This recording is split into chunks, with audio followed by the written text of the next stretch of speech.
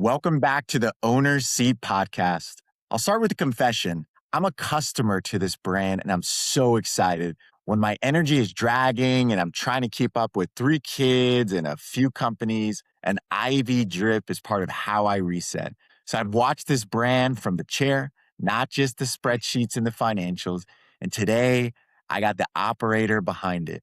Ben Crosbie is the CEO of the DRIPBaR. You've heard of this brand. They're everywhere. One of the most recognized names in IV therapy and wellness.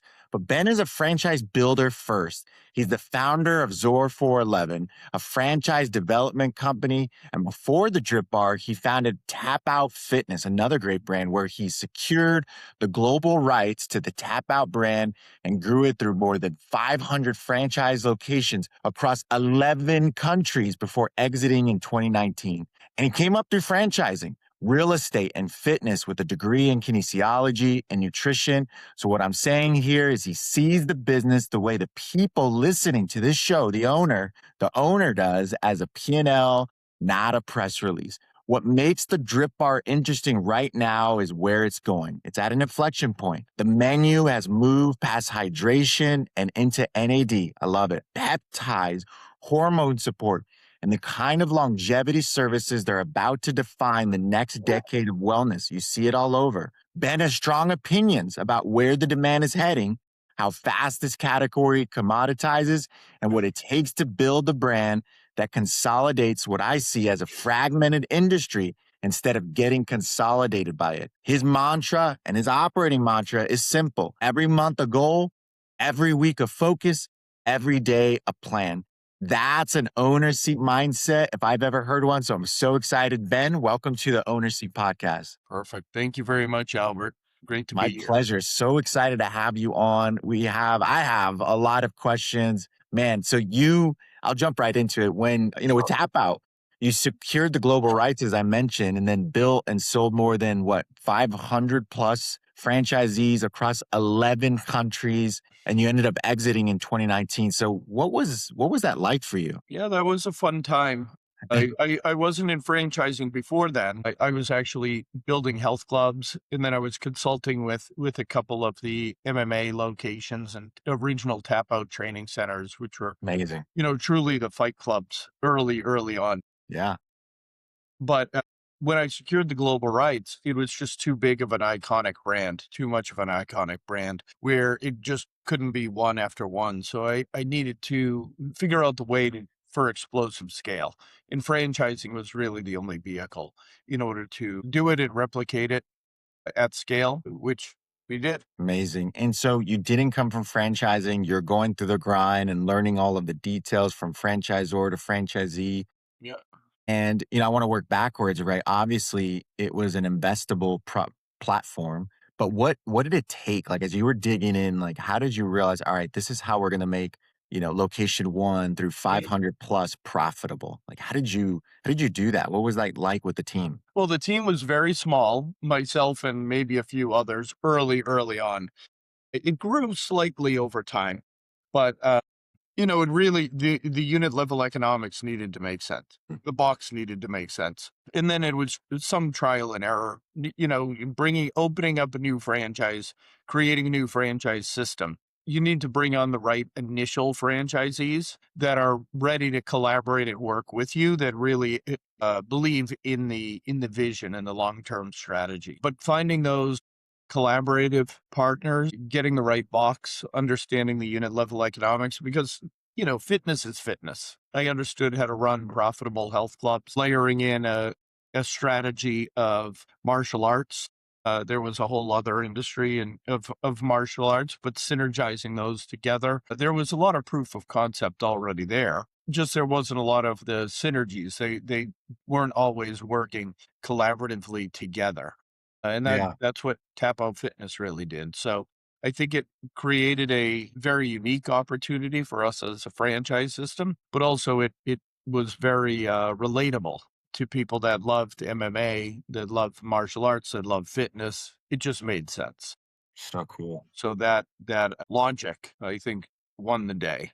But then it's just entrepreneurship. Every day, you're going to have some wins, some losses, some right, some wrong. You need to make the decision and push through.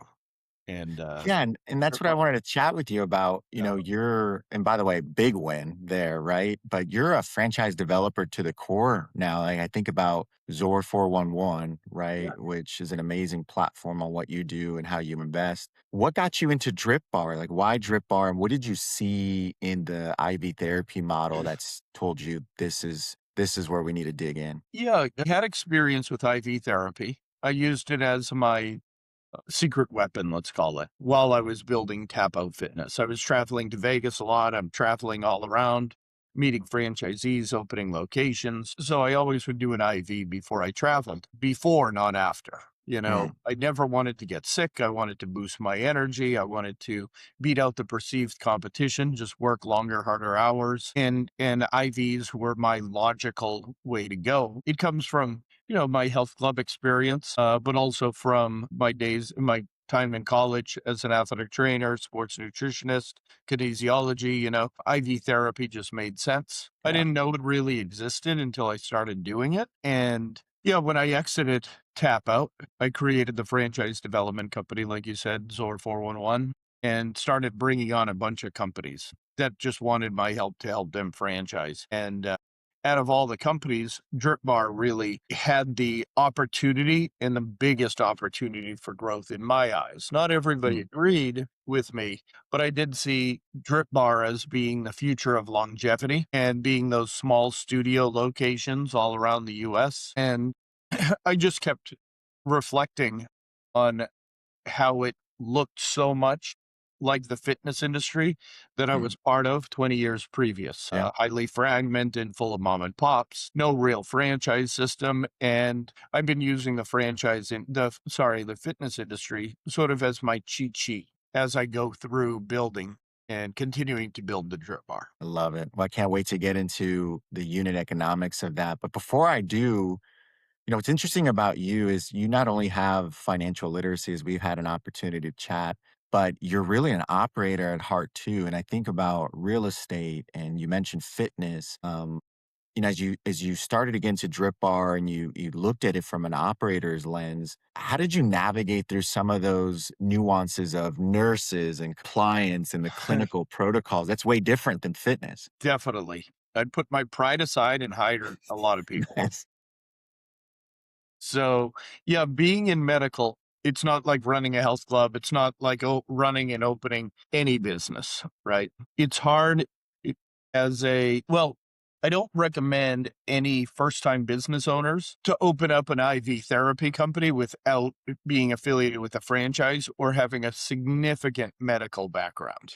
There's just too many nuances in running the business that can trip you up. So, I hired a bunch of attorneys that I knew had experience with mom and pops and in the industry. I created a R&D team with doctors, nurses, and I think my competitive advantage early on was I hired a pharmacist, a doctor of pharmacy to really dig into the details and the nitty gritty on how to run this from both a pharmacy compliance side of things, a medical side of things, and a nursing side of things, because not everybody understands, but there's three governing bodies that oversee the IV industry, one being nurses, one being medical, and the last being pharmacy. And all three of those create maybe friction, but they Sure. have their opinions, they have their rules, regulations, and it's also interesting because none of them talk to one another. So navigating 50 states, three governing bodies in each state, you have any day 150 opportunities for questions or opinions. Opinions is probably the best way to say it. It's interesting. Nowadays, you watch fitness brands and they're talking a lot different than they were even just 5 years ago. Tech stack, tech stack. I can't imagine, to your point, the nuances and the friction points and different systems talking to each other. How was that like as you realized you had to build a compliant tech stack for Drip Bar? It was interesting. So coming from the health club world, you don't really need to worry too much like HIPAA and medical or Right. anything along those lines. You can take any product off the shelf and use it for your business. When we started DRIPBaR back in 2019, 2020, 21, there really wasn't a lot of technology for med spas and for IV therapy. So having to put, let's say, older doctor specific technology in place was the way to go. But then it didn't have the marketing and advertising and all of the other bells and whistles. I could confidently say today we've been able to really partner tightly with Zenoti Oh yeah. as our operating software, and we've worked collaboratively with,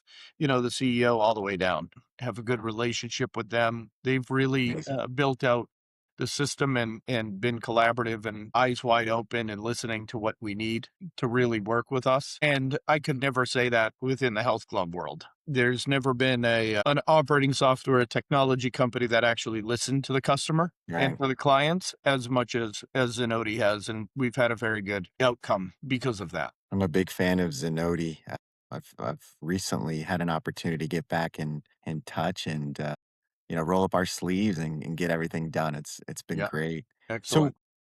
digging in into the unit economics, as we were mentioning earlier, walk us through, like, generally from a single drip bar, right? And you look at their P&L, what are some of the big levers, like those that are currently, those that are watching or listening in are part of some type of longevity clinic, Sure. IV therapy. And so what are some of the best practices as you're looking at your drip bar locations P&Ls?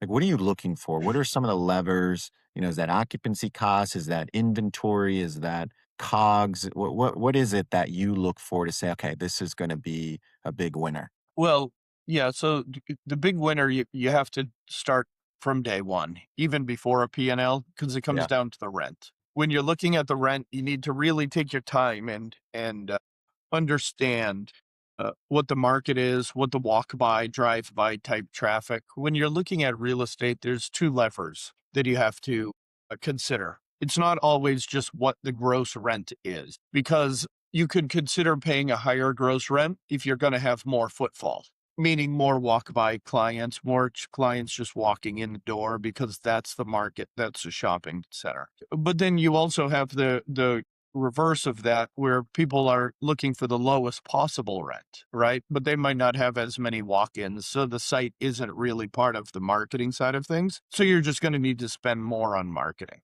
And really, those are the two key levers in making the decision to sign which lease. But when you make that decision, that's a decision that's going to carry through for the next 10 plus years when you sign your lease. When I'm looking at P&Ls from stores, and we have a lot of franchisees, so there's a lot of questions of how to do certain things, right? Yeah. It comes down to a lot of times making sure you're looking at all your controllable expenses and that they're all in the same general range from site to site. But your payroll is critical. Operating these the right way is very important. Like drip bars, we only need one nurse, one front desk, so two full-time equivalents. Those that operate it have that way they have a certain payroll line where you can look at, a P&L and say, oh, payroll's too high. And then the conversation is, well, I need two nurses on at all times, but your revenue is only 40,000 a month. You actually don't, right? You need to have your nurses do what they're trained to do well. So that's that type. And then we have other conversations of, how come my revenue has plateaued, right? So that's usually the easiest one to answer because you look at the P&L and their marketing line item is $3,500 every month. Right. It's the most consistent line item, and it's okay. So you're making that revenue with 3,500. You dialed in all of your marketing and closing KPIs. Increase it by $500. See if it goes up 12. Yeah. Increase it by 1,500. See if it goes up by 33 or 37%, whatever the math is. You're the stratego accountant, You but got my mind moving, man. yeah, absolutely, absolutely. But yeah, So there little things like that, nuances, and then we're really looking a lot into technology, like how we right. can improve all of those various unit level KPIs and conversions through AI while keeping that line item cost the same. So I mentioned it earlier. So I'm a customer, love my IV, gotta Yeah. get my Bs. Like you, if I'm gonna go bell to bell, like if I don't have my vitamin Bs, it's over. Like my wife knows that I'm crashing. I got 3 kids, 9 and under, and when I'm in the chair, to your point, I get into this finance mode, right? And I'm just looking at that bag, and I'm just thinking about what did it cost? Like, what did it cost when she put in the B complex stuff or the hydration, or every now and then I get the glutathione, and I put it all in it, or the nurse does. And so, walk me through that. Like, how do you attack that? Because I can only imagine that can get out of control real fast. Like, this is a terrible way to think about it, but I think about it. I look at the bag, and sometimes, and I'm trying to limit the amount of alcohol, but I think about it like a glass, like a stein, and I'm thinking about when people that the bartenders pouring in the alcohol and all that. I'm like, they have to. I used to watch Bar Rescue, basically. Yeah, yeah, yeah, Right. yeah. So you want to know, like, your inventory has to be perfect, or else if you're over pouring or over Right. providing, you're starting to decrease margins. Definitely. How do you see that, and how do you make sure that your franchisees are thinking the same way around, like, margins? Yeah. So, I mean, we could go to Bar Rescue, right? Yeah, good show. In this, we don't overpour, right? So we have very strict SOPs, Mm, and we mix everything down to the exact amount inside a sterile aseptic hood. So everything gets mixed in a nice clean environment yeah, to be what is called 797 compliant. So we have very specific SOPs, how to mix all the ingredients. The ingredients are prescribed and created by our R&D team, and all of the locations follow it. So think of it as Starbucks, right? You go and order your coffee in Omaha, Nebraska, you get the same coffee order in Boston, right? mhm, In Texas, and so on and so forth. So we do have a very strict standardized model. We also are a large franchise organization. So I'm excited to be able to soon, we're going to be launching a industry-wide GPO called the Drip Stock Room. Because right now in yeah, the industry, I'm talking to a lot of mom and pops that want to yeah, become Drip Bar, but they don't really understand all the value of being part of Drip Bar. Where let's go back to the P&L. You're in a Drip Bar, your cost of goods is about 18 to 22%. Well, okay, 18 to 21%, depending upon how many discounts and memberships and so right. on is there. From P&Ls that I've seen of other competitors and mom and pops or whatnot, it's around 30 to 35%, Oh, I right? believe it. So, Look at the stock rooms, to your point. It's all right there. It yeah, tells you. absolutely. And we've taken over a couple locations and a couple companies, and it really comes down to the cost of goods. Mm, You look at it and you're like, well, yeah, like 10 to 15% is being, wasted on your cost of goods. Let's save that for you. And they become profitable pretty quickly. And it's like magic. yeah, I It's pretty love it. neat. That is awesome. So, and yeah, I was gonna actually ask you, but now I got the answer. I mean, this isn't from a regulatory industry. I mean, this is a drip bar. You're even more strict, right? You're looking at this even closer at drip bar. This is a drip bar standard. Yes, 100%. Wow. It's 100%. amazing Yeah. because, like you, I hear this all the time. I've seen it, Ben. I go in, I've gone to some other competitors. Yeah. I'm curious. Let me see what their drip's like, or what their experience is like. And I'm telling you, there's like vials. I mean, there's stuff everywhere. And, I'm like walking by, just taking a peek because I'm curious. Yeah. And I'm like, man, they're probably losing it's just so much waste. You can't imagine the amount of shrink and the waste. And Yeah. you're right. It's like the cogs. There's another 10 to 12 points right there. Yeah, yeah. So the waste is an opportunity, but what is also can't say interesting but concerning is those that don't do it correctly. And this is why I want to be out there educating the consumer. If you're going into a location and there's a bunch of products on the counter and they're not mixing inside a hood, they're not compliant, and the product that Mm. you're getting injected into you might not be sterile, right? Oh my goodness. So Never even that thought about opens that. up a whole other bag of worms or snakes or whatever you wanna say. Yeah. But also there is very specific medical guidelines. Once break the seal, you should only use that vial. Well, you only use that vial for 28 days. Tell that to somebody who has a tight P&L that they need to throw away half a bottle that they spent Right. $70 on after 28 days. A lot of people won't. From Yeah. my experience, from what I've seen, they say, oh, it'll be fine. Just turn a blind eye. We're okay in the gray Mhm. area. Don't worry. It's only 30 days. Nothing bad can happen. Right. And Well, so that level of professionalism is at the drip bar. That level of caution and confidence for the client is is at the drip bar, and that's where I think we're doing it the right way. yeah, it sounds like it. And what's interesting about that 28 day mark is a big solve is just get traffic in and volume, right? And Yeah, you absolutely. you know what I love about you, not only, getting into the discipline of martial arts with tap out, but the fitness industry, and you know this very well, that subscription-based membership model is amazing, right? And Definitely. we're seeing that still today. But what are your thoughts on that? Like memberships versus your walk-ins coming in. Yep. How critical, how central is that reoccurring revenue to the IV therapy model? Did you notice an opportunity there as you started to look into this industry and say, wow, it's very walk-in centric. It's not necessarily subscription-based centric. Uh, How has it been over the years? Like, is the mix shifting? well, in my world, yes.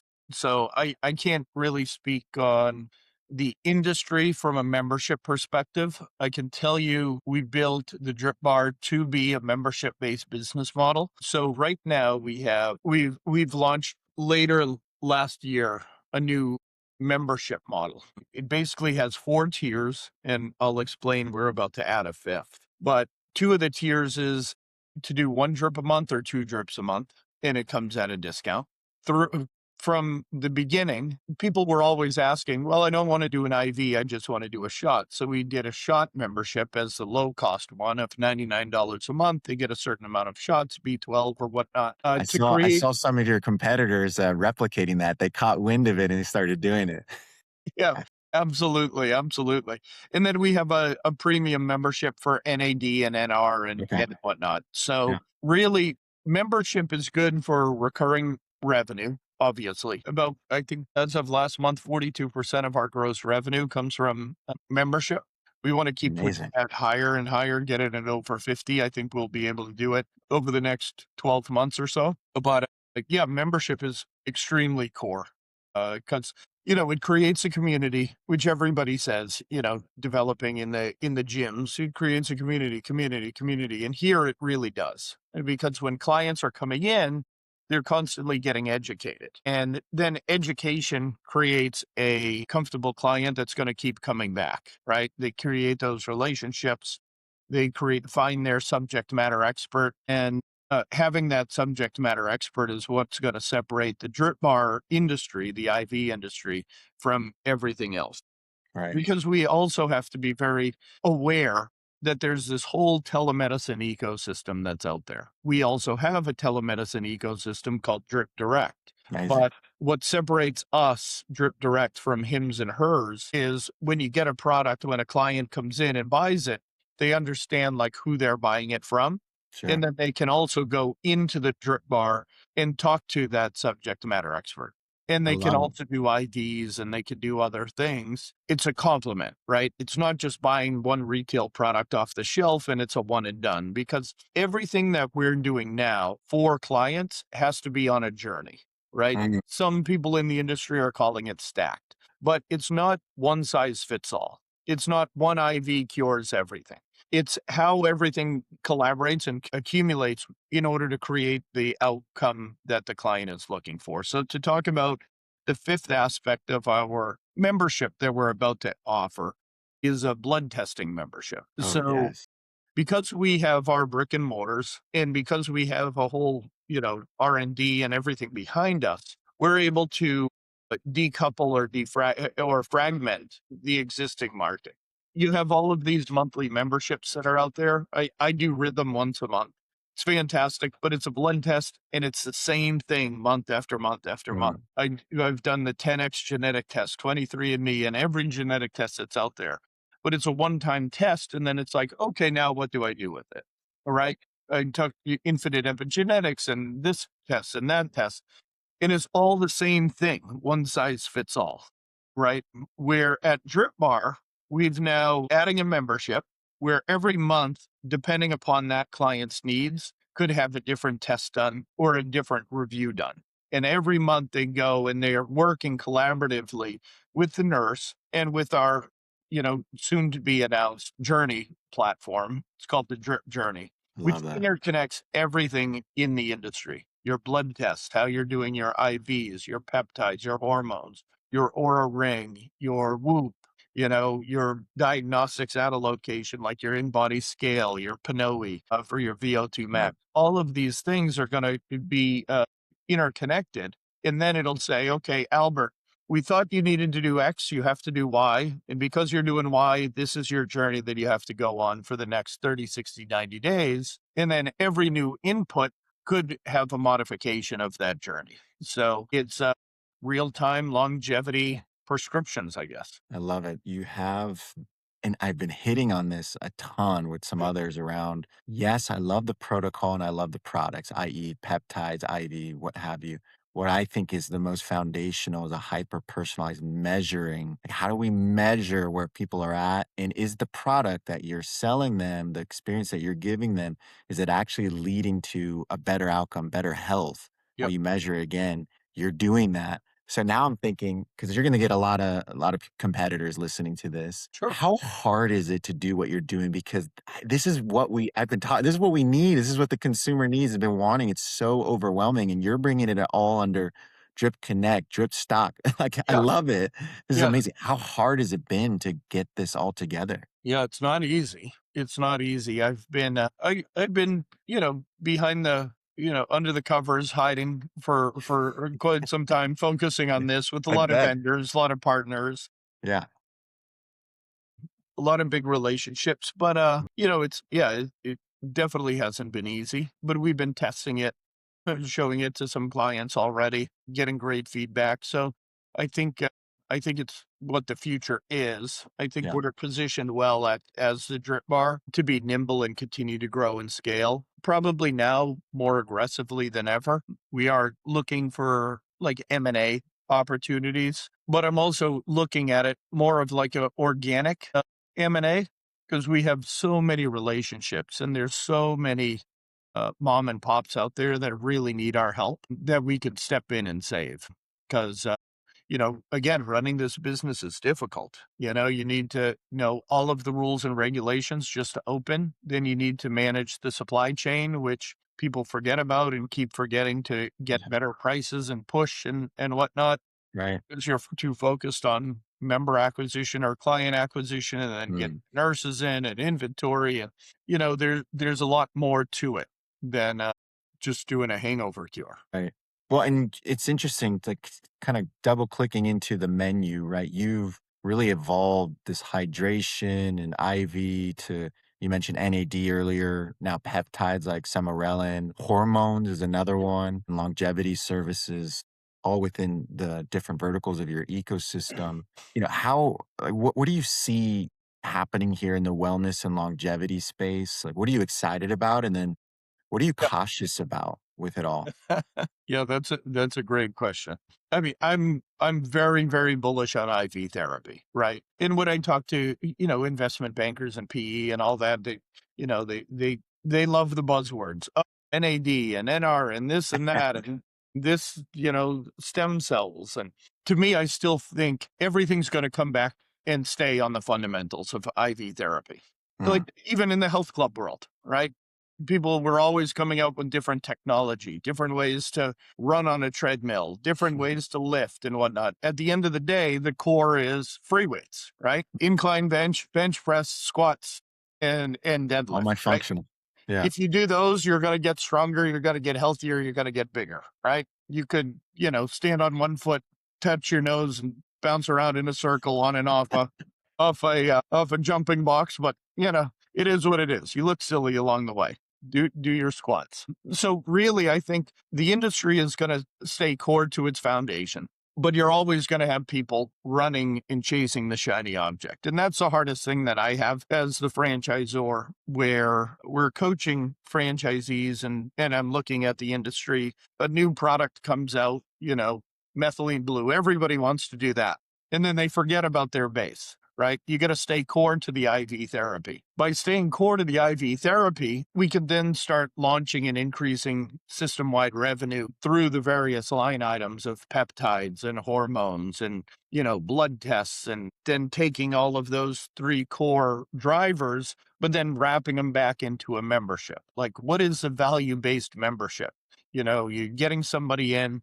When you're a member at the DRIPBaR, if you're a member, you get 20% off anything else. So if you're ordering your peptides, you get 20% off. Hormones, 20% off. Blood Amazing. tests and more stuff, you get 20% off if it's not part of membership. So really staying true to the foundation of the business and of the industry and of, human biology, right? Everything starts with making sure that your body's functioning the right way before you optimize it, right? You don't get a Porsche wing and put it on a Honda Civic.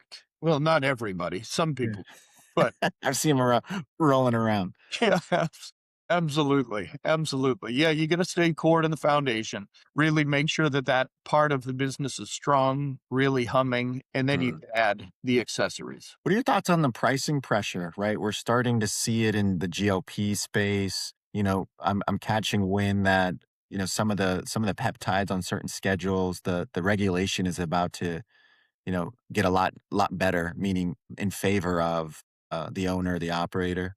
Yeah.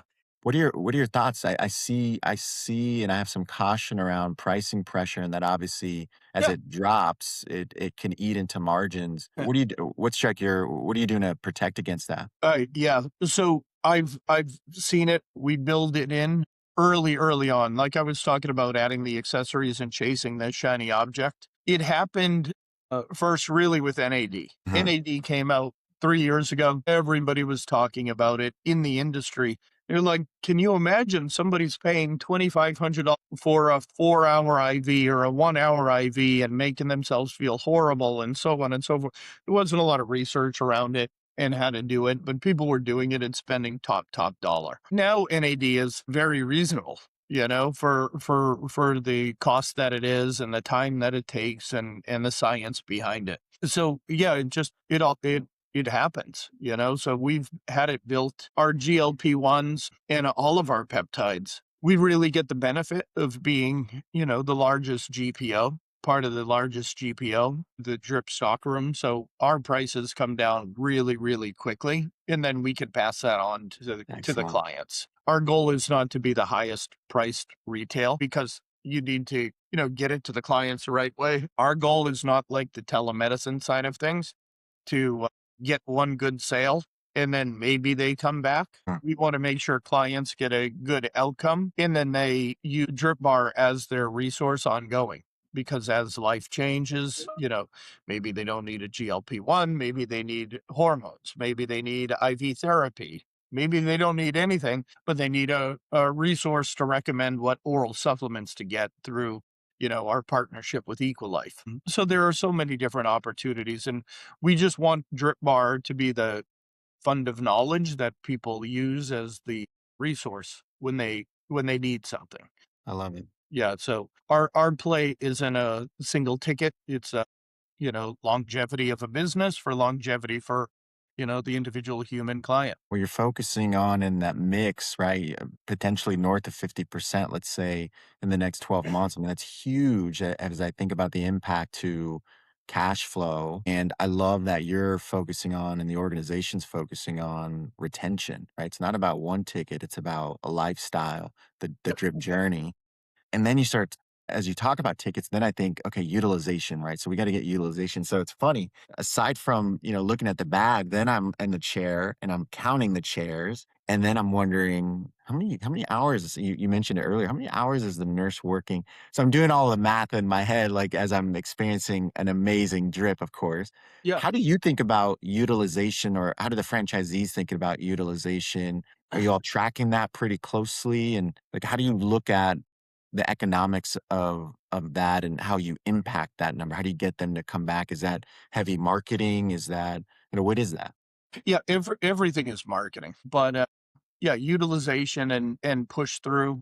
You look at it almost like a QSR, right? Right. as a quick service restaurant. Like, Right. we're different from McDonald's. McDonald's has uncomfortable seats so people get up and leave quicker, right? We You want want people to to stay.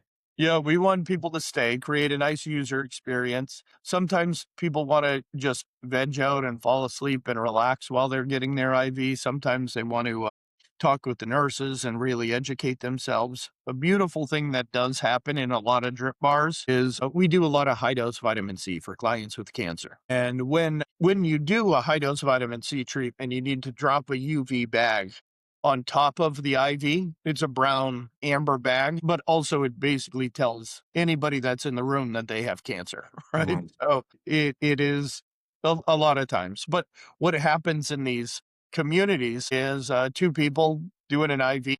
They both have the amber bag. They start, communication. We've seen it so many times Yeah. where, it turns into like a little collaboration, a little talk about what they're going through, how they're feeling, why they're here, why they're doing, high dose vitamin C, what their treatments are looking like, how they're feeling. And then they keep coming back together, so every Monday at 12 o'clock, the same two people show up at the same time.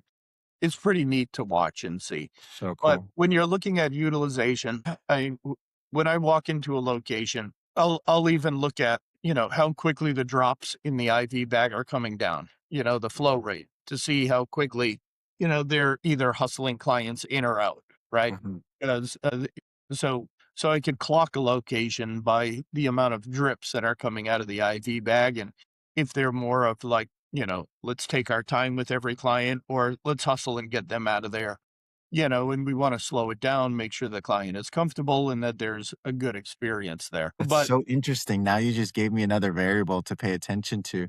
It's funny though, as the customer, I'm always like, okay, drip, drip a little faster, right? yeah, It's like I can't. It's like my mind, as much as it feels good, and I know I'm gonna feel great. Of course, I'm like, all right, hustle. What's on to the next, on to the next. But what you're saying is you're wanting to control the spigot, basically, right? The definitely. faucet. Yeah. Interesting. And there is real science behind it. Like, you low and slow is how we try to teach everybody, right? Oh, Because the slower it goes in, the more of the product gets absorbed at the cellular level, right? So okay. so you don't want to push it through because, then it doesn't give the body enough time to absorb everything. And so that's one. But based upon the drip or the flow rate, you could see the bag, how much is left, and who's in which seat. The reality is, it only takes, maybe a total of 10 minutes. But when that client is doing an IV, they're working with another client and moving so on and so forth. So, do we ever have times where every seat is full? Yeah, maybe. But think of it more of a rotating door, a Right. revolving door. Yeah. Seat one is there, almost done. Seat two started. Seat one is done, gets disconnected. Seat three is getting started, so on and so forth, and it keeps going around in a circle. And on average, how many seats per location? For our standard drip bar, 6 to 10. Okay. Yeah. It's amazing. And then how Yeah. many units are you at now? Like I'm excited to chat about this. Yeah. So in the US, we're around 120 locations. We're also open in Bermuda, Hamilton, Bermuda. So I was gonna ask you about that. So you're heading international and you're not foreign to it, right? 11 No. countries back with Tapout. Oh yeah, So Drip Bar is going international. definitely. Why not?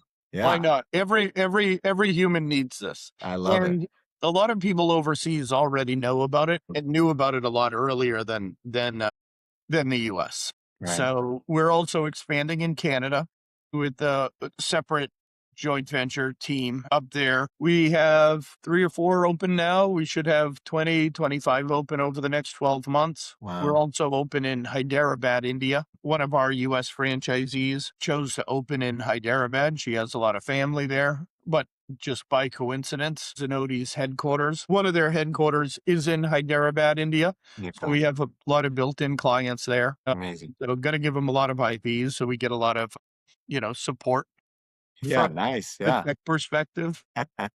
And then, yeah, currently we're working on a pretty significant hotel deal in London.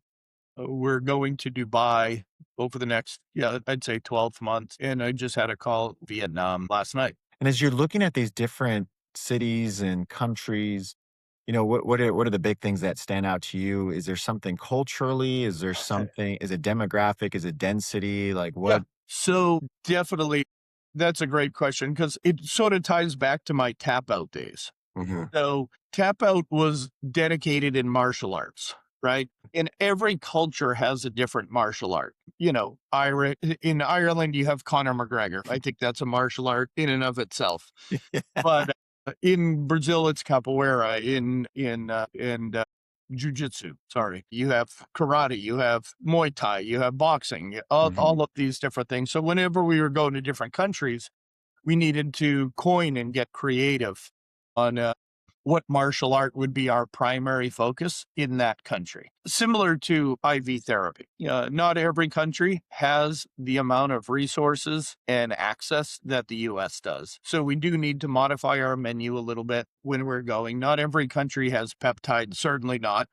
Or hormones, so we need to modify those. And each culture does have different nuances that we've noticed of products that they would want Mhm. as a priority. So yeah, we have to be cautious and proactive with that. But whenever we go into a new country, the first thing that we look at is regulation, how we're going to be able to operationalize it.